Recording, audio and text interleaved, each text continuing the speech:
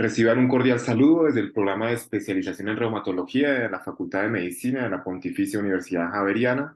En esta sesión vamos a revisar el tratamiento de la espondiloartritis axial, sesión que será liderada por el doctor Néstor Fabián Correa González, fellow de segundo año de reumatología, y quien les habla, Daniel Fernández Ávila, médico internista, reumatólogo y epidemiólogo clínico, docente de la Facultad de Medicina de la Pontificia Universidad Javeriana. ¿Cómo estás, Néstor?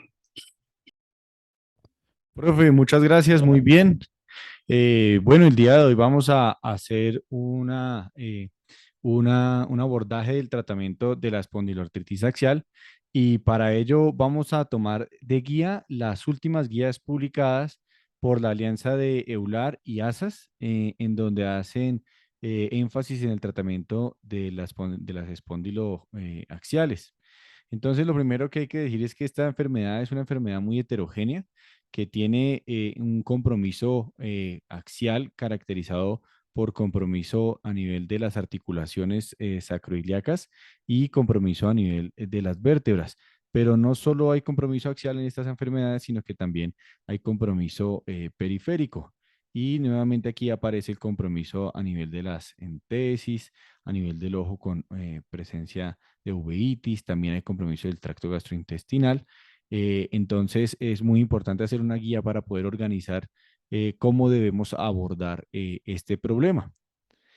Entonces, esta guía nos da como unas columnas de base o como un piso desde donde debemos arrancar y son los principios generales, que estos están en todas las guías que produce EULAR y son 5 principios.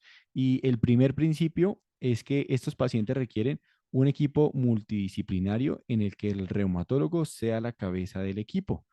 Y estos equipos multidisciplinarios pues incluyen evaluaciones nutricionales, equipos de gastroenterología, equipos de oftalmología, que nos ayuden con esas condiciones asociadas que ocurren en la espondiloartritis.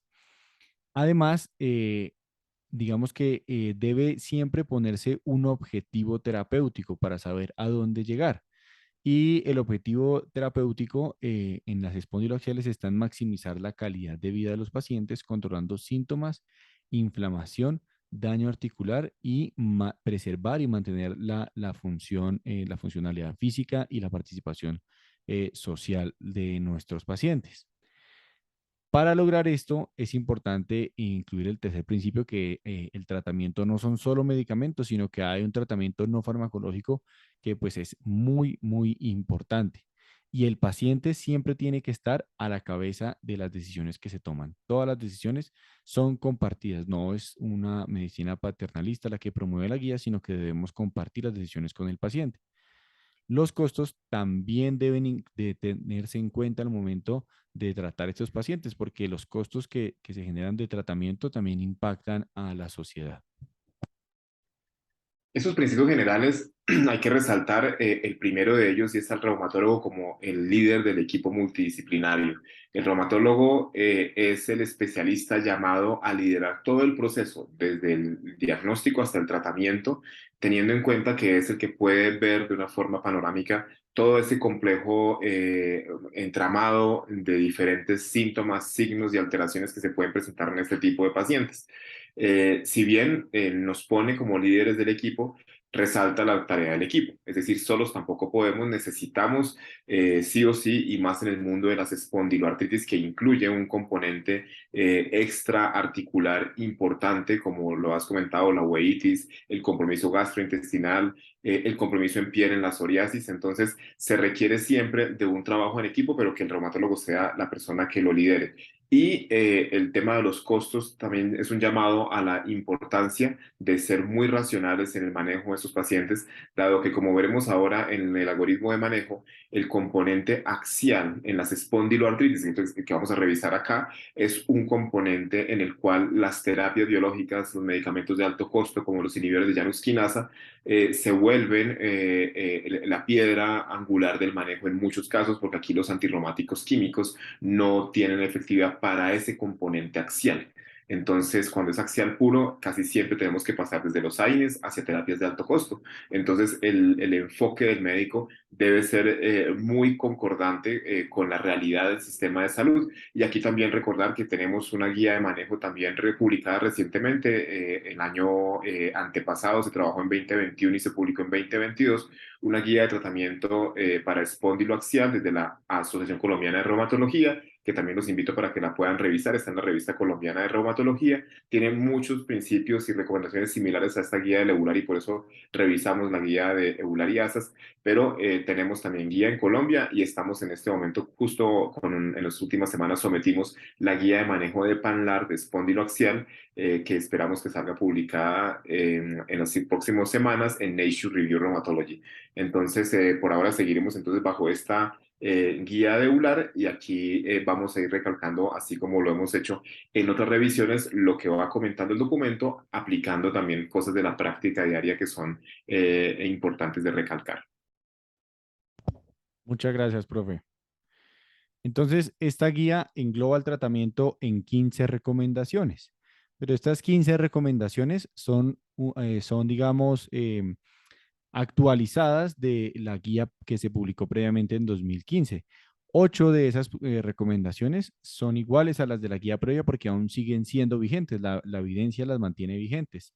Dos de ellas fueron actualizadas, tres que, digamos, mantienen su esencia, pero se les hacen algunos cambios mínimos, y dos que sí son nuevas debido a la aparición de nuevas terapias.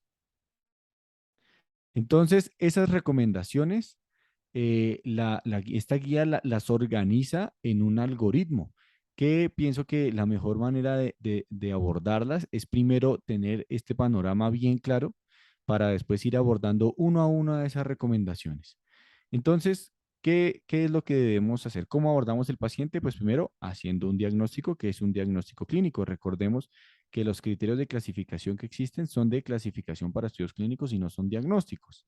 Si bien nos ayudan a orientarnos, pues no hacemos el diagnóstico con ellos, sino que el diagnóstico es clínico. Entonces, ¿qué deben recibir todos los pacientes? Todos los pacientes deben recibir educación, ejercicio regular y dejar de fumar. Dejar de fumar en especial porque tiene relación con muchas veces con efectividad de medicamentos y con disminución de actividad del sistema inmune. Y debe considerarse en todos los pacientes el uso o no de fisioterapia. No siempre, pues para todo el mundo debe usarse fisioterapia debido a que pues las limitaciones funcionales que puede generar la enfermedad pues limitarán el uso de la misma, ¿no? Entonces, si ya hacemos el diagnóstico clínico de una espondiloaxial, si está sintomática, la primera línea de tratamiento son los antiinflamatorios no esteroideos. Y estos debemos utilizarlos hasta la máxima dosis tolerada. ¿Cuál de los antiinflamatorios esteroideos? No hay uno en especial. Digamos, la guía no se decanta por uno, sino simplemente recomienda utilizar la familia en general. Y la familia debe utilizarse a la dosis máxima tolerada, pues evaluando que el paciente no haga reacciones adversas. Una vez iniciamos el antiinflamatorio no esteroideo, pues evaluamos el paciente entre 2 y 4 semanas y miramos si hay suficiente respuesta. ¿Cómo sabemos si hay o no respuesta? Nos guiamos por la clinimetría de ASDAS, que los invitamos a ver otro video en donde describimos cómo son las clinimetrías, y la idea es que haya cambios de más de 1.1 puntos. Si sí hay una buena respuesta, pues el paciente debe continuar con el mismo tratamiento, con los antiinflamatorios no esteroideos, y digamos que ahorita vamos a profundizar en ello, pero uno pudiera, digamos, mantener este tratamiento de manera intermitente dependiendo de cómo vayan las reacciones adversas que va presentando el paciente, si tiene antecedentes cardiovasculares, enfermedad renal. Si por el contrario vemos que no hay buena respuesta por ASDAS y pues porque el paciente no se siente mejor, entonces debemos pasar a una segunda línea de AINES. Muy bien, aquí Eular ya nos tiene acostumbrados a estos esquemas de diferentes fases y es algo de lo que hace que las recomendaciones de Eular sean tan agradables y didácticas para poder leerlas y entenderlas. Entonces, en esta primera fase del algoritmo de tratamiento que recomienda Eular, Resaltar, además de lo que ya muy bien comentaste, Néstor, lo primero es que en considerar en todos los pacientes el tema de la fisioterapia, es muy importante que nos apoyemos en un médico especialista en esta área, es decir, el médico especialista en fisiatría o en medicina física y rehabilitación, dado que ellos son los médicos que tienen el conocimiento específico para poder dirigir al grupo de terapia, porque la terapia es un constructo muy complejo que incluye terapia ocupacional, terapia física, hidroterapia, terapia oxidativa, ejercicio dirigido. Entonces, el paciente sí o sí debe ser remitido a un médico especialista en fisiatría para que él se encargue de dirigir al equipo de fisioterapia y terapia en general y de esa forma darle al paciente ese manejo no farmacológico tan importante como es la rehabilitación y el ejercicio. Y como bien lo comentaste, pues nuestra primera línea de manejo en todos los pacientes que tengan un diagnóstico de espondiloaxial serán los antiinflamatorios no esteroideos. Es muy importante pues evaluar esos pacientes a la luz también de su contexto clínico, que no tengan contraindicaciones y recordar que los AINES tienen efectos secundarios. ¿Cuál es la ventaja en este escenario? Que estos pacientes con espondiloaxial usualmente son pacientes jóvenes. Recordemos que el diagnóstico de por sí de esta enfermedad, un punto clave es que arranca antes de los 45 años, o inclusive algunos autores hablan de 40 años. Entonces, al ser pacientes jóvenes, pues usualmente no tendremos contraindicación para el uso de antiinflamatorios no esteroideos. Pero pues hay que mirar cada caso en forma individual. Como bien lo dijiste, no hay un AINE mejor que otro, todos son efectivos y aquí va el tema del acceso que se tenga, de la experiencia que tenga el médico con el uso de cada uno de los AINES. Si quiere usar un COX selectivo o no COX selectivo, pues también ya va mucho de esa experiencia y esa asequibilidad que se tenga en cada uno de los países en donde ustedes nos estén escuchando en este momento. Y qué es lo importante, que si establezco el diagnóstico de espondiloaxial, debo darle un curso de este medicamento de AINE a dosis tope, como dice ahí, durante 2 a 4 semanas. Y el tratamiento debe darse por horario, no por síntomas, sino que ya partimos de un paciente que está diagnosticado y debe recibir el AINE por horario.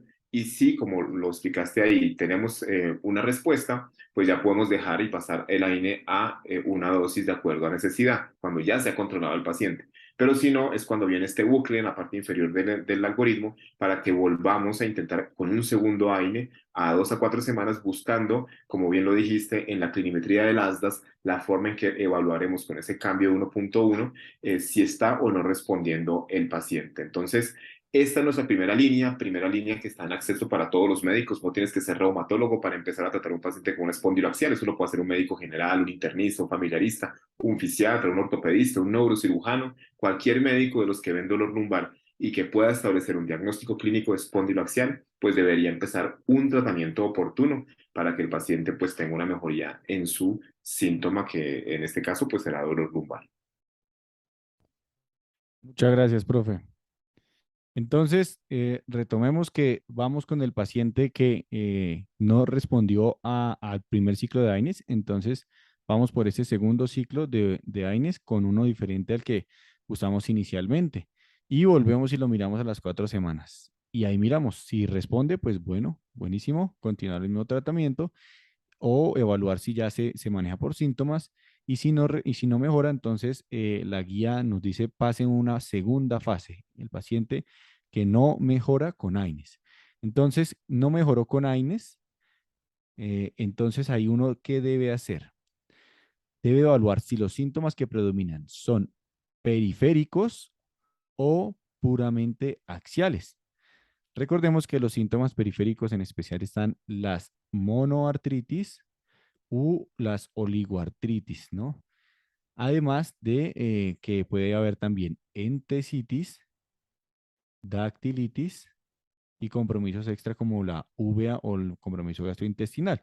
En especial, la guía se va a referir más al compromiso por entesitis y compromiso monooligoarticular. Entonces dice, si usted tiene más compromiso periférico, considere inyecciones locales de glucocorticoides, es decir, hágale una artrocentesis, retire el líquido y puede inyectar allí corticoides siempre y cuando no haya un proceso infeccioso, una contraindicación para hacer lo mismo, ¿no?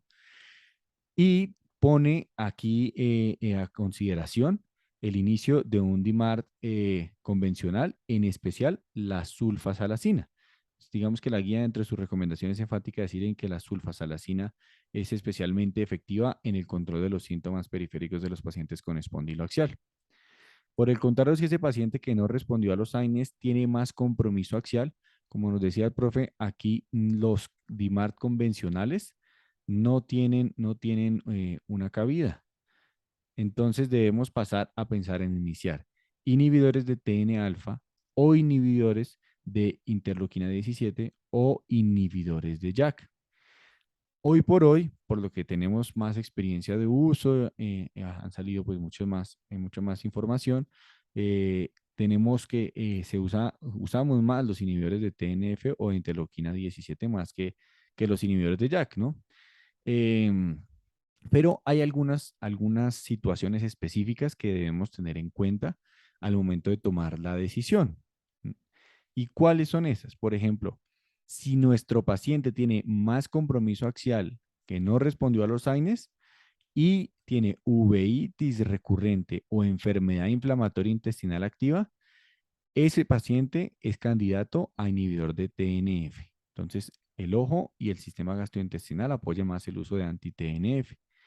Pero por otra parte, si el paciente dentro de sus compromisos extraxiales tiene un compromiso en piel por psoriasis, uno preferiría un inhibidor de interleuquina 17 debido a que ellos tienen mejor acción en la piel.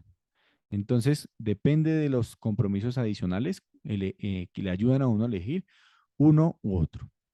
Entonces, listo, pues el paciente que no respondió a AINES, decidimos iniciar alguna de las tres terapias, anti-TNF, interleuquina 17 o inhibidor de JAK. Entonces, vamos a evaluarlo a las 12 semanas y miramos cómo está. Y otra vez, ASDAS aparece como la clinimetría que debemos evaluar y debe haber un cambio de 1.1 puntos. Si hubo un cambio positivo, es decir, el paciente mejora clínicamente, pues continuemos el mismo tratamiento. Y de acuerdo a cómo evolucione, si se mantiene en la buena evolución, el ASDA sigue bajando, que llegue a baja actividad o remisión, pues podría pensarse en disminuir la dosis, que la guía más adelante nos habla, nos dice, ojo que esto de disminuir la dosis puede ser espaciar el tiempo entre una y otra y dependiendo como usted vaya viendo, pues puede irlo disminuyendo. El problema es cuando no mejora.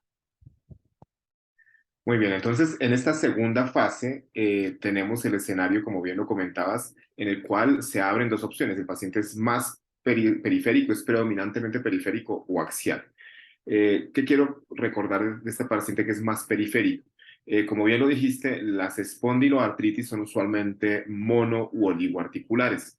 Entonces eso nos da la posibilidad, y bueno, de una vez para de pronto las personas que nos escuchan y no tienen clara esta definición, pues monoarticular es el compromiso de una articulación, oligoarticular 2 a 4 articulaciones. Y como casi siempre se comprometen articulaciones grandes, es decir, y distales, rodillas, tobillos, pues esto nos permitiría emplear, como bien lo dijiste, una terapia local con el uso de glucocorticoides en inyección. Entonces, es una opción que pues debe hacerlo el médico especialista para poder llegar a este punto. Se considera la opción de un antirreumático químico como la sulfasalacina, que es la que clásicamente se ha descrito. Sin embargo, aquí tenemos que tener algunas particularidades. Por ejemplo, si se trata de un paciente con artritis psoriásica axial, que tenga componente axial y que tendríamos en cuenta este punto, aquí el medicamento para un componente periférico no sería tanto sulfasalacina, sino metrotexato, porque metrotexato nos cubre muy bien la piel, las uñas y nos ayuda al control en artritis psoriásica que tenga un componente axial y periférico asociado, que eso puede suceder. Si bien la artritis psoriásica es más periférica que axial, un paciente pues con esta condición podría tener un componente también de espóndilo desde el punto de vista axial, pero algo periférico, y allí metrotexato sería una opción interesante para el componente periférico, porque sulfasalacina no tiene efecto en piel. Leflunomida también tiene efecto para el componente periférico de la artritis psoriásica. Pero bueno, estamos aquí, nuestro tema es espondiloaxial, que esto incluye anquilosante y axial, no radiográfica. Entonces, si nos vamos por el lado que es puramente axial, como ya lo dijimos en la fase 1, aquí los DMARDs entonces no tienen efectividad. Y miren ustedes cómo nos ponen del mismo nivel anti-TNF, anti-L17 o inhibidor de JAK, que estarían básicamente para el control puramente del componente axial al mismo nivel. La diferencia la hace, como bien lo dijiste, es el contexto del paciente. Aquí también pues anotan que la práctica actual es inhibidor TNF o inhibidor de IL-17, pero pues seguramente en la medida en que haya más evidencia con inhibidores JAK en un futuro en actualizaciones de esta recomendación, vamos a tener también a los JAK inhibidores como práctica usual, ya viendo las particularidades del paciente. ¿Cuál particularidad? Como bien lo comentaste, Néstor, la uveitis, donde con uveitis específicamente se prefiere anti-TNF y dentro de ellos no todos, especialmente anticuerpos monoclonales y específicamente adalimumab, que inclusive tiene aprobación para uveitis anterior no granulomatosa. Entonces, dentro de ese contexto, y tenemos uveitis anterior relacionada con espondiloaxial, con espondilitis anquilosante, por ejemplo, donde lo vemos bastante asociación, pues un inhibidor TNF, anticuerpo monoclonal de preferencia adalimumab o infliximab, podrían ser la opción para esos pacientes. Si hay enfermedad intestinal inflamatoria, también se prefiere un anti-TNF tipo anticuerpo monoclonal como adalimumab, infliximab, certolizumab, que pueden ser de utilidad en estos pacientes, mucho más, por ejemplo, que etanercept, que es también anti-TNF, pero etanercept es una proteína de fusión que no ha demostrado, digamos, efectividad clara en pacientes con espondiloconuveitis o en pacientes con enfermedad intestinal inflamatoria asociada. Y también nos ponen aquí en este escenario la posibilidad de un paciente que tenga psoriasis significativa. Y allí, como está anotado, se prefiere un inhibidor de IL-17 como ixekizumab, secukinumab, que son los que tenemos actualmente disponibles en Colombia, y pues por la potencia que tienen en piel. Entonces, eso los pone, digamos, en una posición un poco más relevante. Aquí viene también un debate y es el tema de inhibición de IL-17 cuando el paciente tiene enfermedad intestinal inflamatoria. Inicialmente se pensó que podrían empeorar los pacientes cuando sale secukinumab, pero ya tenemos buena evidencia que nos ha mostrado que estos pacientes no empeoran su condición o no tienen más riesgo de hacer intestinal inflamatoria por recibir inhibidor de IL-17, pero no quedan cubiertos. Entonces, si bien no tenemos un paciente con espóndilo, el hecho de darle inhibidor 17 no aumenta el riesgo de que desarrolle de nuevo una enfermedad intestinal inflamatoria, pero si tenemos un paciente con espóndilo axial, con enfermedad intestinal inflamatoria, pues no sería la mejor idea iniciar un inhibidor 17 porque no cubrimos el componente intestinal que ya tiene el paciente. Entonces se preferiría ahí, como lo dije previamente, un anti-TNF y no un inhibidor 17 cuando hay compromiso intestinal inflamatorio. Y para recalcar lo que comentabas del paciente en el mejor escenario que hemos logrado controlar con una terapia biológica o un inhibidor JAK, pues ese paciente entonces si está controlado irá entonces a continuar su manejo y si se mantiene en remisión sostenida en el tiempo, por lo menos con un año el paciente en remisión, con medido por ASDAS para ese componente axial, y tenemos también sus condiciones si las tiene extraarticulares como la uveitis, la intestinal inflamatoria o la psoriasis controladas, es cuando se puede considerar la posibilidad, como bien decías, de optimizar dosis, es decir, aumentar los espacios entre dosis o disminuir la dosis del medicamento. Pero también eso ya es un tema mucho más, digamos, complejo porque hay estudios que muestran que se puede hacer y que no pasa nada, hay otros que dicen que el paciente se puede activar, entonces también vendrá más información en nuevos estudios que nos permita definir finalmente qué hacer, pero sí creo que ya está claro que podemos optimizar las dosis en los pacientes en remisión sostenida. Pero cuando eso no sucede, es lo que tú nos vas a explicar, que debemos pasar a la fase 3 y es el paciente que ya tuvo entonces el inicio de un medicamento biológico o un inhibidor JAK y persiste activo después de 12 semanas y no tiene ese delta de cambio en las das que es el que propondría para continuar en esta fase.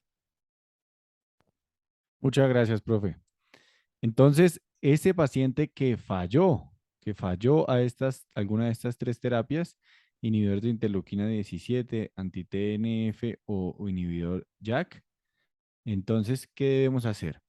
La primera recomendación es reevalúe el diagnóstico. ¿Será que sí tiene una espondiloartritis? Vemos que son en la guía, dentro de la letra, dicen, ojo porque puede haber muchos diagnósticos diferenciales que se parecen y una de las claves es que no responda a esta terapia biológica, ¿no?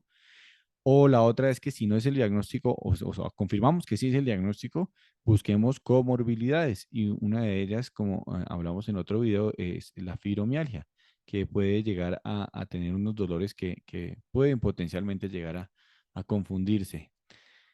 Si ya se confirma que sí es la enfermedad, que no hay diagnósticos diferenciales generando el problema de la persistencia de la actividad, entonces deberíamos cambiar de DIMAR biológico, bien sea dentro de la misma familia de los TNF o cambiar a una interleuquina 17. Es decir, por ejemplo, si el paciente arranca en un inhibidor de TNF, pues podríamos pasarlo a un inhibidor de interleuquina 17 o, caso tal, si arranca en alguno de interleuquina 17 y no queremos pasarlo a anti-TNF, tiene alguna contraindicación, pues podríamos pasarlo a un inhibidor de JAK. Y nuevamente, ¿cómo evaluamos la actividad? En 12 semanas, 12 semanas miramos el ASDAS que debe cambiar más de 1.1 puntos.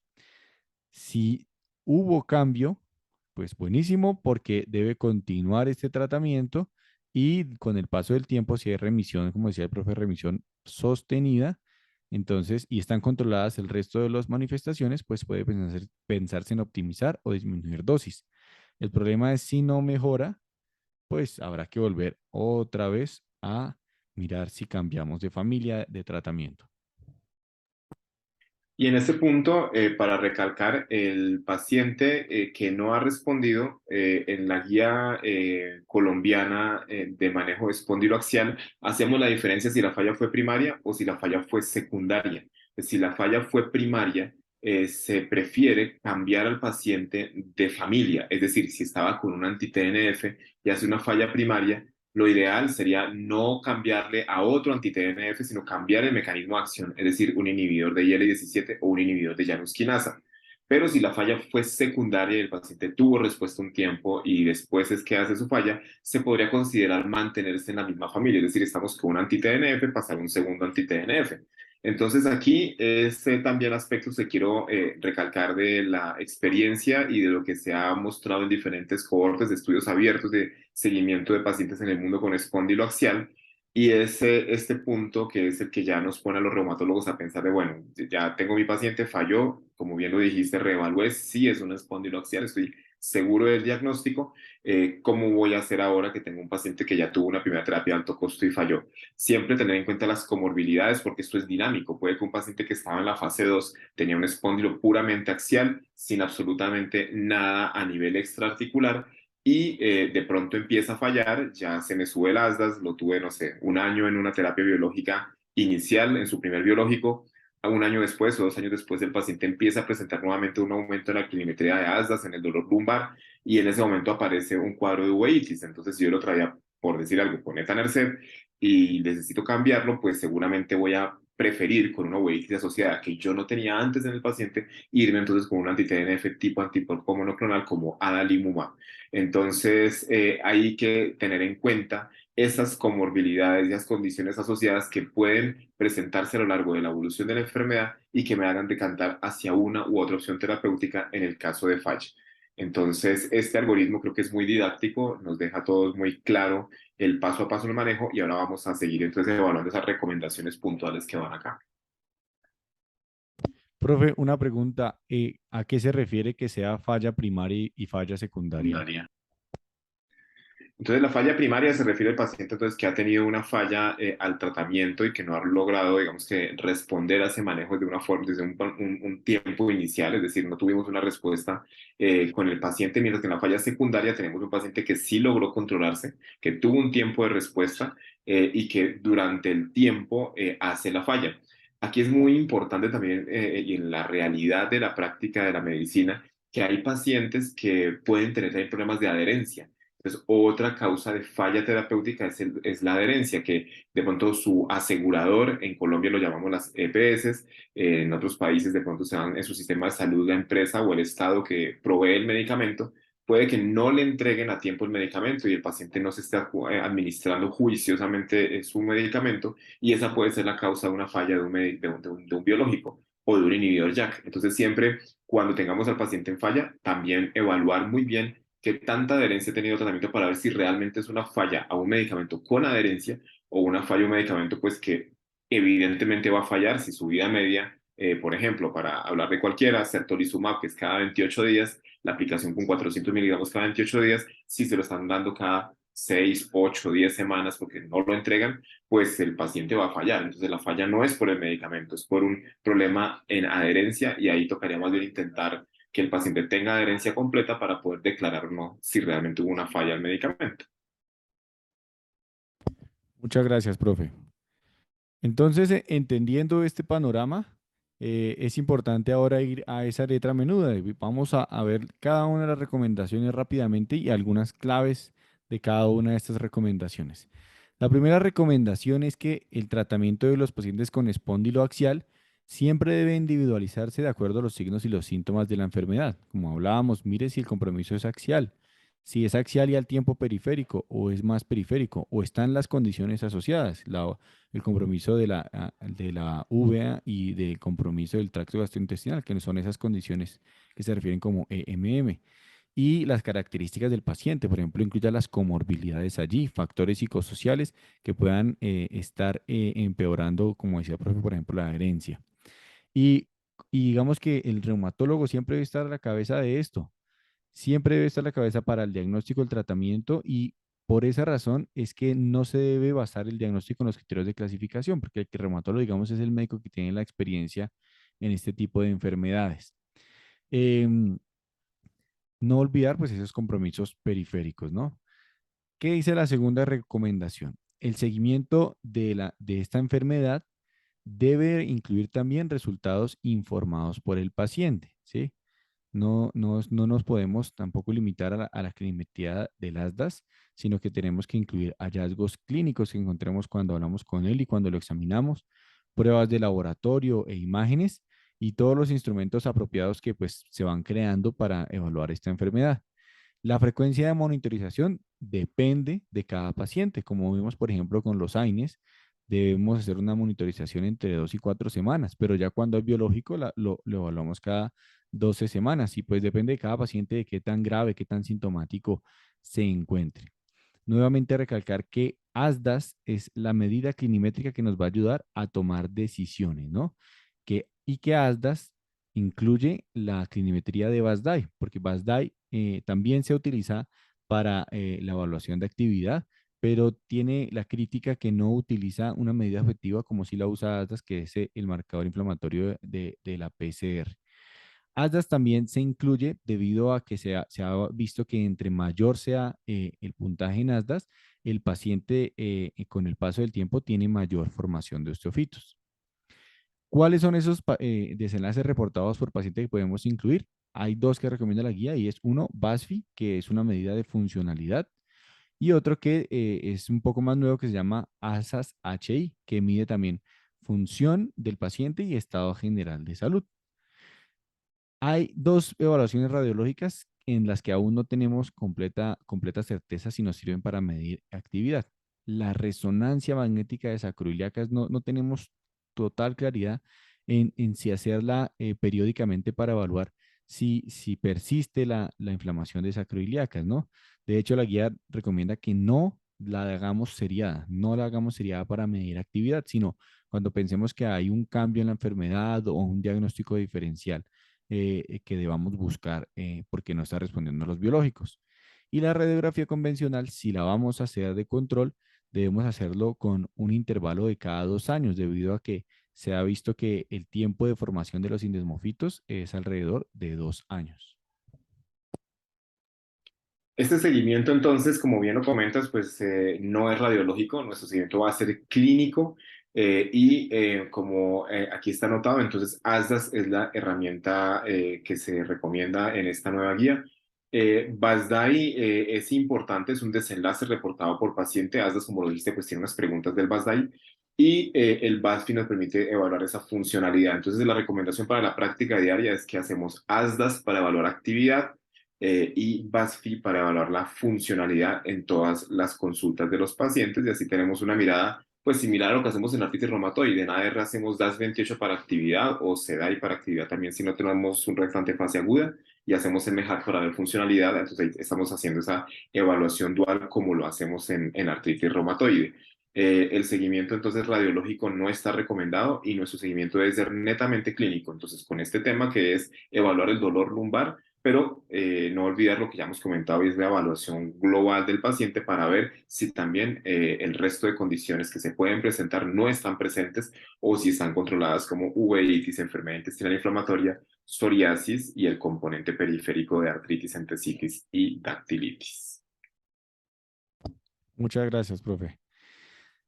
La tercera recomendación habla de cómo debe guiarse el tratamiento y el tratamiento debe guiarse hacia un objetivo, ¿no? O sea, no es solo usar el ASDA, sino que debemos pensar hasta dónde debemos llevar a nuestro paciente. Para eso debemos tener en mente siempre la línea de base para poder hablar con el paciente y determinar cuáles son las expectativas del paciente y las del médico y llegar a pues un común acuerdo, ¿no? Porque no, muchas veces no se encuentran alineadas las dos expectativas y pues eso nos puede llevar a o a sobretratar o a tratar menos de lo que se pueda o que piense el paciente que vamos a llegar.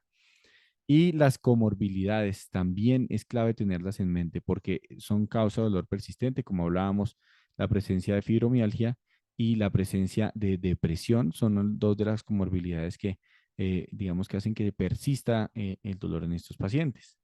La cuarta recomendación es con respecto a las recomendaciones no farmacológicas. Las recomendaciones no farmacológicas son muy claves y debe al paciente que fuma, tiene que estimularse a que deje de fumar y debe hacer ejercicio, bien sea guiado o pues, orientado, pues, o supervisado, ¿no?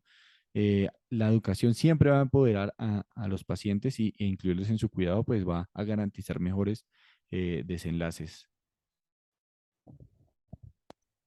En esta recomendación 4, en cuanto a la educación, es importante también orientar al paciente en cuanto a fuentes de información. Así, lastimosamente, el doctor Google es un problema en esta y en todas las enfermedades, y la gente busca en Google y sencillamente entra en pánico y hace cosas pues, que no debe hacer porque hay mucha desinformación. Entonces, aquí aprovecho para comentar una aplicación de dispositivo móvil que se llama Consulta Pacientes.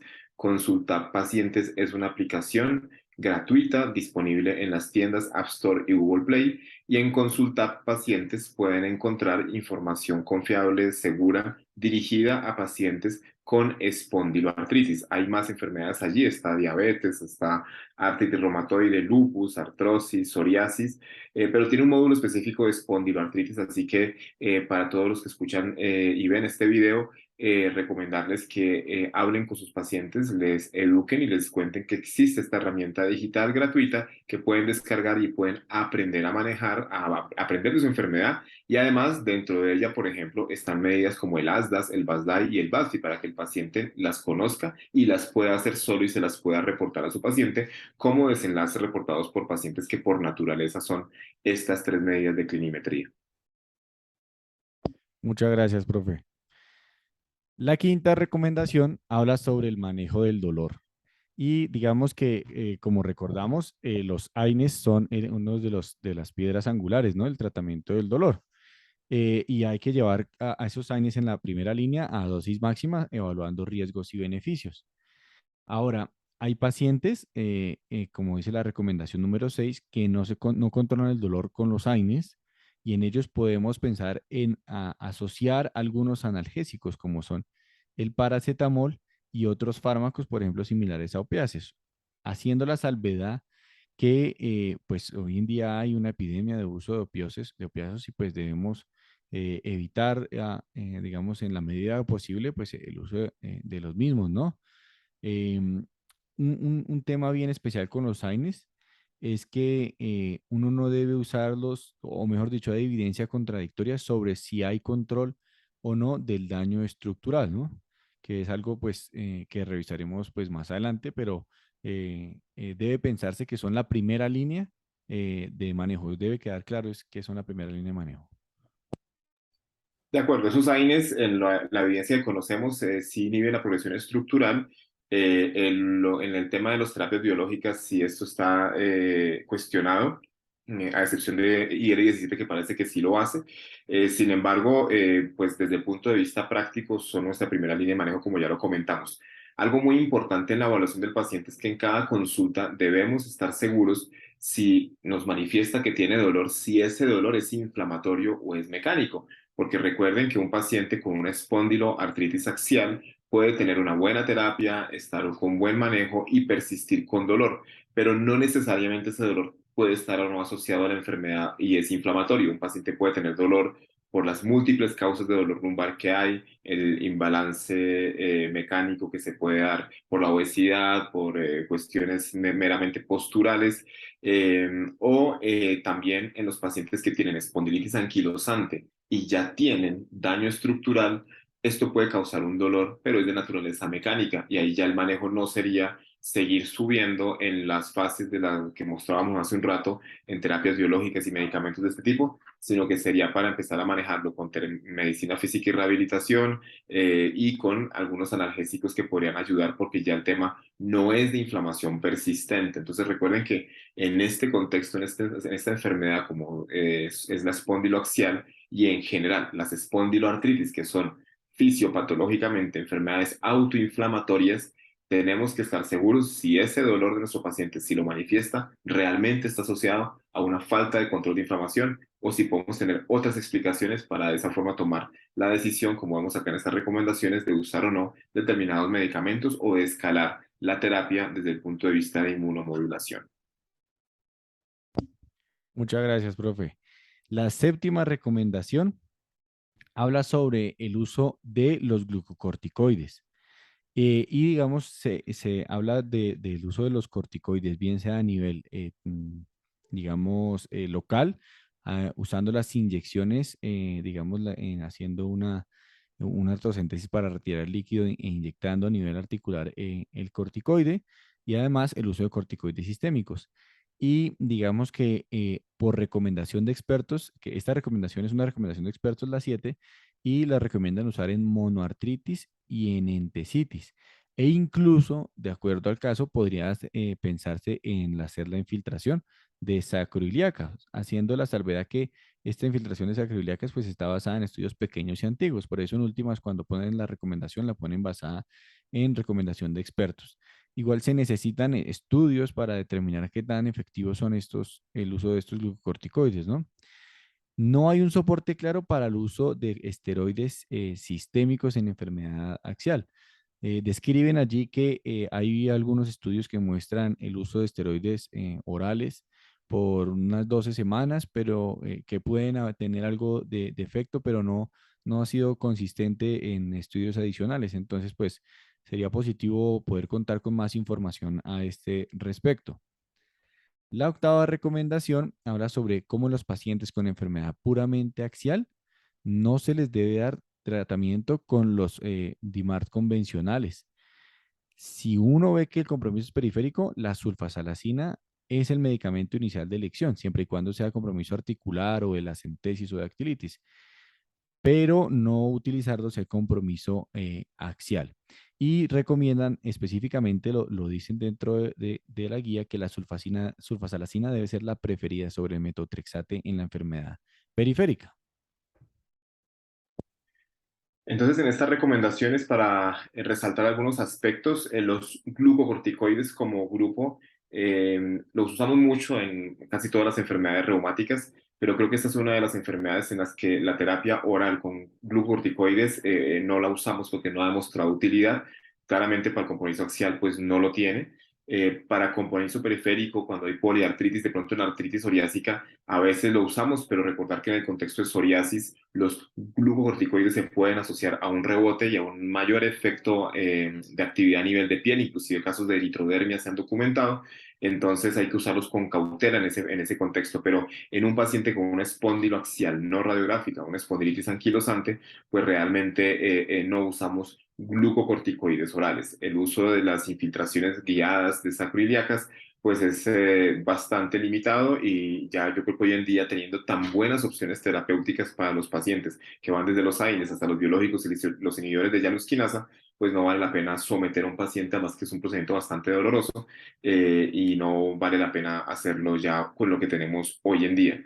Y en cuanto a la parte de sulfasalacina, recordé que cuando se prescribe este medicamento, hay que preguntar al paciente en los antecedentes, pues a todo paciente, pero con sulfasalacina especialmente, sobre historia previa de alergia a las sulfas, de alergia a los AINES, porque recuerden que sulfasalacina tiene un componente asa, un componente sulfa, Y si el paciente es alérgico, por ejemplo, al trimetoprim sulfa, al Bactrim, que tiene componente sulfa, pues claramente no vamos a usar sulfasalacina en ese paciente que ya podría ser una reacción adversa cuando ya se tiene ese antecedente. Es un medicamento pues muy bueno, es el recomendado para componente periférico, permitido en embarazo, así que recordarlo como una opción para esos pacientes con un componente periférico de artritis asociado al espóndilo axial. Muchas gracias, profe. La novena recomendación va ya centrada al uso de los biológicos. Entonces dice, se debe considerar inicio de inhibidor de TN-alfa, de inhibidor de interleuquina 17 o inhibidor JAK en paciente con actividad persistente alta de la enfermedad a pesar de los tratamientos convencionales. Lo que habíamos hablado previamente, si falla a AINES. Entonces, la guía muestra una gráfica en la que dice nuevamente que debe evaluar el reumatólogo al paciente, mira que tenga enfermedad axial, y evaluar marcadores de inflamación. Dos, PCR elevadas y resonancia o radiografía con presencia de sacroileitis. Y para poder iniciar el biológico se requiere, además de estas dos, la siguiente característica es que haya fallado a la terapia estándar. Para iniciar el biológico debe fallar a la terapia estándar, que es dos AINES diferentes, cada uno o al menos 4 semanas los dos. Ahora, si el paciente tiene manifestaciones periféricas, debe intentarse utilizar una terapia diferente, es decir, que predominen las manifestaciones sistémicas, debe utilizarse esteroides inyectados a nivel local en una monoartritis o usarse la sulfasalacina. Si ya se cumplen estas 4 condiciones, ya uno de esas 4 condiciones, y el paciente persiste con un ASDAS de 2.1 y el reumatólogo clínicamente considera que el paciente se beneficia de un biológico, ahí se podrá iniciar, ¿no? Si de pronto uno no tiene en cuenta con el ASDAS, con el seguimiento con ASDAS, pues BASDAI también es una medida clinimétrica válida y si hay un BASDAI persistentemente mayor a 4 puntos, pues debe pensarse en él.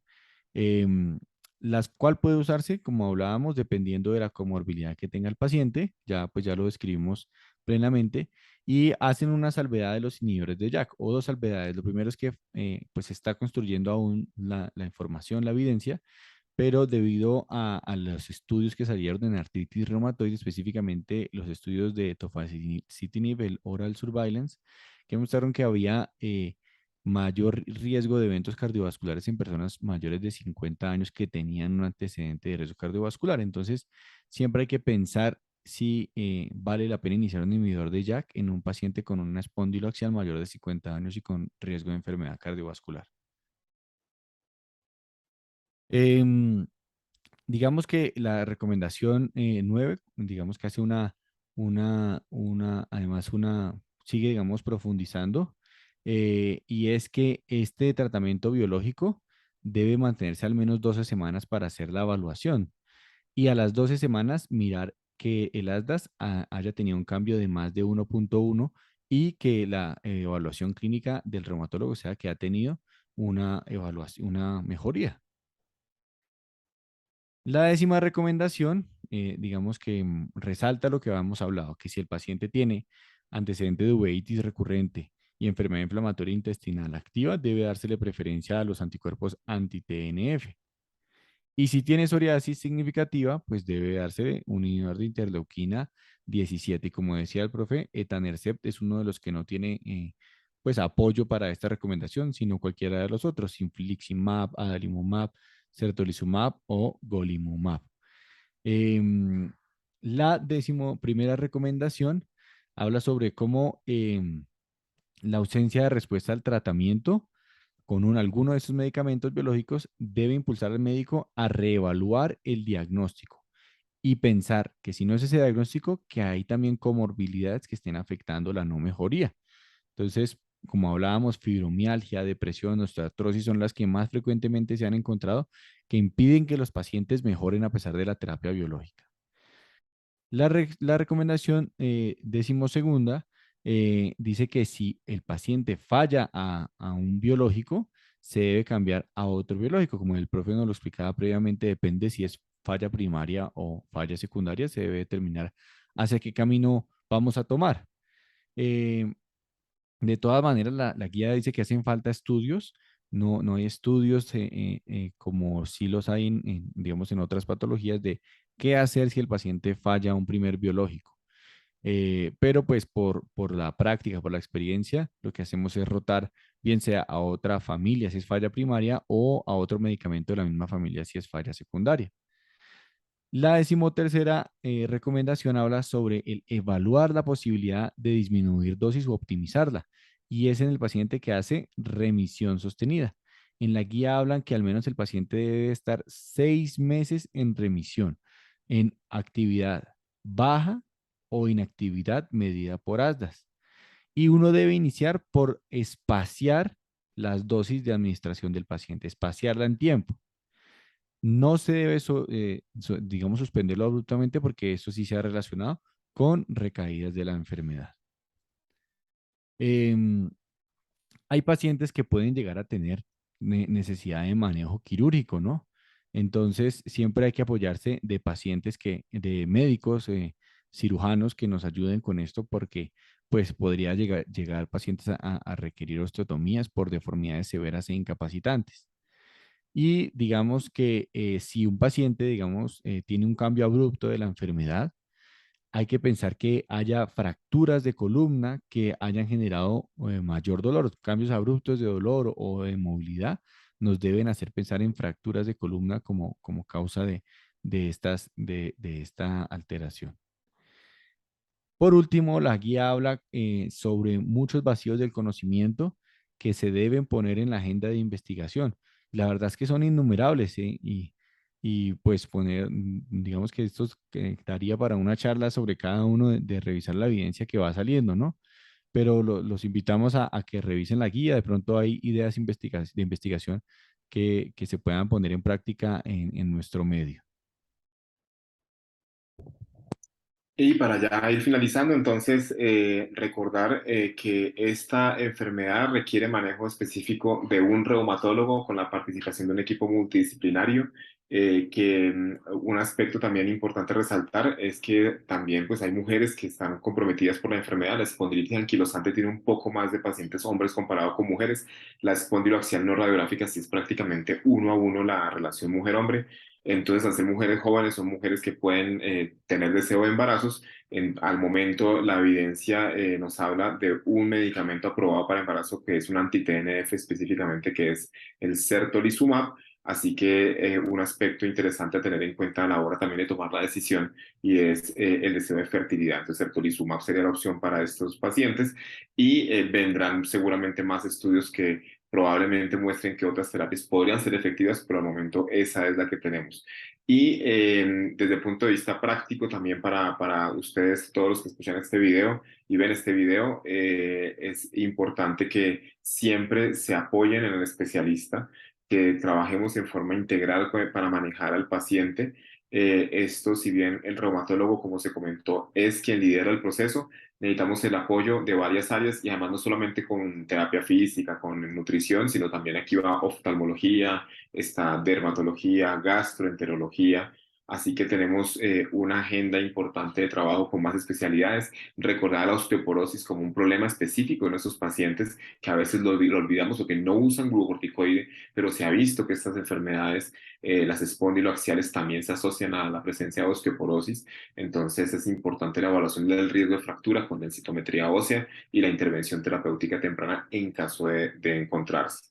Esta agenda de investigación bastante amplia, como la muestras en esta imagen, Néstor, y probablemente las nuevas recomendaciones que vengan a futuro nos traerán ya algunas afirmaciones respondiendo estas interrogantes y preguntas de investigación. Entonces, muchas gracias a Néstor por esta completa revisión y a ustedes por estar atentos. Siempre recordar la invitación para que se suscriban al canal de YouTube de la Facultad de Medicina de la Pontificia Universidad Javeriana, canal en el cual encontrarán una carpeta donde están nuestros videos de la unidad de reumatología, del programa de especialización en reumatología, que iremos alimentando constantemente con más videos para que puedan ustedes estar al día en estos temas de esta interesante especialidad. Muchas gracias y que tengan ojalá un resto de jornada muy feliz.